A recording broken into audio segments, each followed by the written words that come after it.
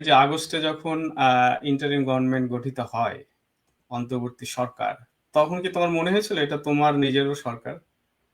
Absolutely আমার নিজের সরকার, মানে এটা আমাদের 14, 15, 16 বছরের যে পরিশ্রম, আম, এ, তার সেটার উপরে একটা অর্জন বলেই আমরা মনে করেছিলাম, এবং এখনো আমি মনে করি এটা আমাদের এই হুম, সরকার আমাদের সামনের যে ভবিষ্যৎ রাষ্ট্র নির্ধারণ হবে সেটার জন্য হুম, গুরুত্বপূর্ণ ব্রিজ এর ভূমিকা পালন করছে।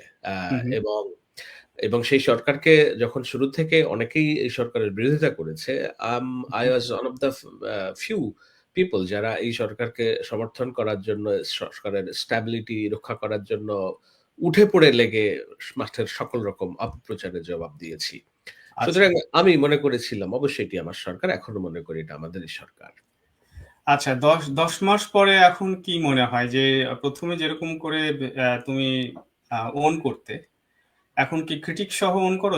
যেমনটা এখন বলছো যে তুমি এখনো তোমার সরকার মনে করো, এখন কি ক্রিটিক সহ ওন করো নাকি সর্বান্তকরণে যা করছে সবই সমর্থন করে যাচ্ছে? মানে আমরা অবশ্যই এটি সর্বান্তকরণের আ আ ওন করার যে বিষয়টা সেটা কোথাও কোথাও হয় না, ন্যাচারালি হুম, হয় না। এমনকি সেটা যদি আমার খুব কাঙ্ক্ষিত ইউটোপিয়ান গভর্নমেন্টও হয়, সেটাও কখনো সর্বান্তকরণ সমর্থনযোগ্য হয় না। অনেক কিছু হুম, হয়তো আম চাপা রেখে তারপরে সমর্থনটা জারি রাখতে হয় একটা হুম, বৃহত্তর স্বার্থে।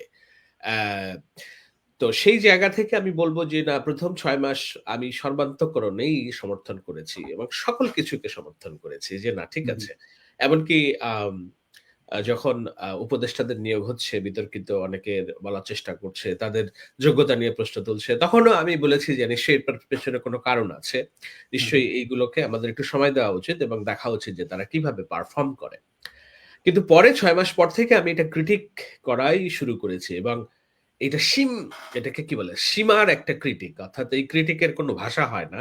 হুম, যেটা হুম, হয় যুদ্ধক্ষেত্রে আপনি সৌজন্য দিয়ে আ কাউকে সমালোচনা করতে পারেন না আরকি। তো আমি এটাকে নিয়েছিলাম একেবারে ব্যাটল ফিল্ড হিসেবে যে না, আমাকে যুদ্ধ করতে হবে। সো যুদ্ধ হুম, হুম, করতে যেয়ে আমি অনেক সময় আমার ভিডিও আলোচনা লেখালেখির মধ্য দিয়ে সরকারের সাথে সংশ্লিষ্ট অনেকের ব্যাপারে খুবই মারাত্মক তির্যক ভাষায় আমি কথা বলেছি। সেটা অনেক সময় ব্যক্তিগত শিষ্টাচারকেও লঙ্ঘন করেছে। এটা অস্বীকার করার কোনো উপায় নেই। কিন্তু কেন করেছে? আমি মনে করেছি যে যুদ্ধক্ষেত্রে আপনি যখন আপনার আ শত্রু চিহ্নিত করবেন এবং শত্রুর সাথে নির্দয় আচরণ করাটাই আপনার যুদ্ধের নিয়ম। তো আমার মনে হয়েছে যে না, আ ৬ মাস পরের থেকে মনে হয়েছে ডক্টর ইউনূসের সরকার যেই গতিতে যেই গতিতে আগানোর দরকার ছিল তারা হুম, আগাচ্ছে হুম, না। তারা আ যখন সবগুলো সংস্কার কমিশন তাদের রিপোর্ট দিয়ে দিয়েছে, তারপরে একটাও সংস্কার তারা এক্সিকিউট করছে না মাঠে। তার অর্থ এই, তাদের ভিন্ন কোনো উদ্দেশ্য আছে সংস্কারের নামে।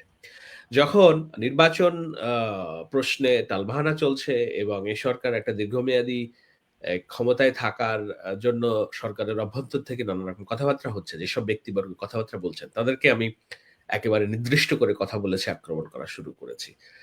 কিন্তু তারপরেও কি আমি এই সরকারকে সমর্থন করি নাই? অবশ্যই করেছি। যে না, সরকারকে লাইনে রাখতে হবে। ইটস অল অ্যাবাউট যে আপনি আপনার আ পরিবারকে যদি একটা জায়গায় নিতে চান, সেই জায়গায় পরিবারের অভ্যন্তরে থেকে যারা আ বাজে খেলা খেলছে তাদেরকে আপনাকে ক্রিটিক করতে হবে, শাসনে রাখতে হবে, নজরে রাখতে হবে, ব্যাড পুলিশিং করতে হবে।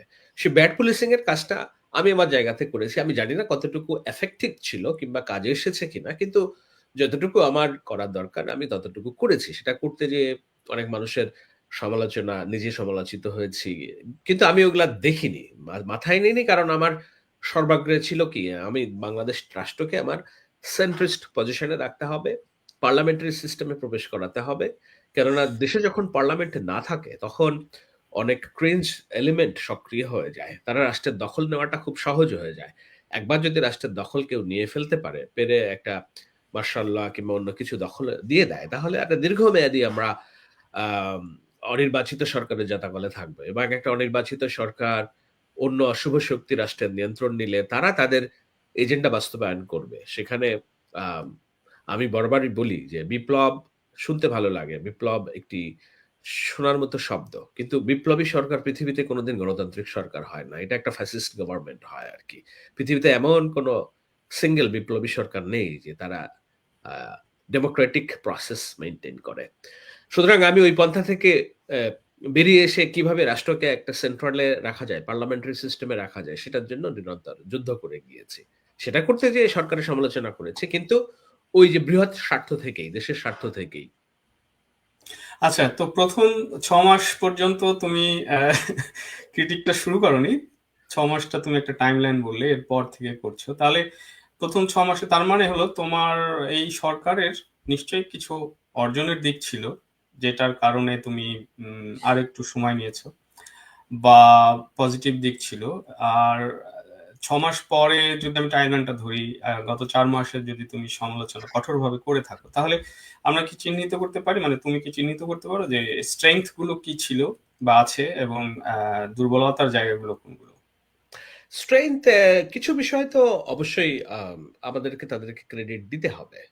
যেমন আ একটা বিষয় আ দেখতে হবে আপনাকে, দুর্বলতার অনেক বিষয় আছে। কিন্তু স্ট্রেংথ এর বিষয় কি ছিল যে সরকার আ প্রচলিত রাজনৈতিক ব্যবস্থার রাষ্ট্র কাঠামো যেভাবে চলে, যেটা দেখে আমরা অভ্যস্ত আওয়ামী লীগ আমলে দেখেছি এবং হুম, এর আগের বিএনপি সরকারের আমলেও দেখেছি। সেখান থেকে কিছুটা তারা নতুন ধারায় চালানোর চেষ্টা করেছে। যেমন বাজার ব্যবস্থাপনাতে তারা কিছুটা উন্নতি করেছে।